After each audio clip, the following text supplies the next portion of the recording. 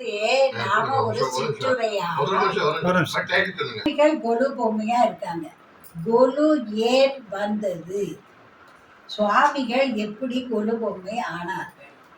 அதாவது சும்பன் நிசும்பன்னு இரு அரக்கர்கள் படுத்தின தொல்லை தாங்க முடியும். அப்ப எல்லாரும் சிவபெருமான்கிட்ட போய் முறையிட்டாங்க.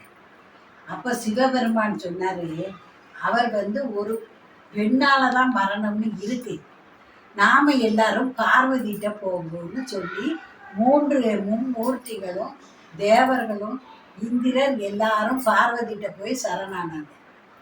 அப்போ சரி நான் செய்கிறேன், சம்ஹாரம் பண்ணுறேன்னு பார்வதின்னு சொன்னதும் இந்த மும்மூர்த்திகளை அவங்க சக்திகளை பூரா பார்வதிக்கு கொடுத்துட்டாங்க. அதனால சக்தியை போனதுனால பொம்மையான்னு கேட்டாங்க. சரியா? அடுத்தால தேவாதி தேவர்கள் இந்திரன் எல்லாரும் அவங்களுடைய படை ஆயுதங்கள் சக்தி எல்லாத்தையும் பார்வதி கொடுத்துட்டாங்க. ஆக அவங்களும் பொம்மையான்னு நின்றுட்டாங்க. சக்தி போயிட்ட அப்படின்னு.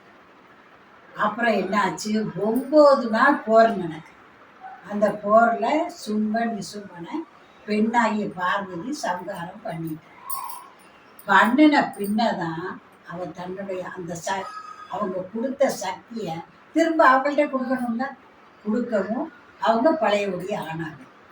அந்த 9 நாள் அவங்க பொம்மையா நின்னதுனால அதை நம்ம நினைவுபடுத்தும்படியா கொலு பொம்மை வச்சு ஆராதனை செய்கிறோம். அந்த 9 நாளும் அம்மை செய்த திருவிளையாடல் தான் நவராத்திரி ஆகுது. முதல்ல மகேஸ்வரி, சாமுண்டீஸ்வரி,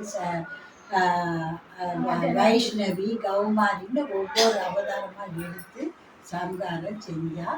இப்படி சுவாமிகள்லாம் கொலு பொம்மையா நின்னதை நம்ம என்னைக்கும் நமக்காக நின்ன கஷ்டத்தை நம்ம என்னைக்கும் உணரணுங்கிறதுக்காக தான் இந்த நவராத்திரி திருவிழாவும் இந்த கொலு பொம்மை வச்சு சாமியை கும்பிடுறதும் இதோடைய தாற்பயம் தான்.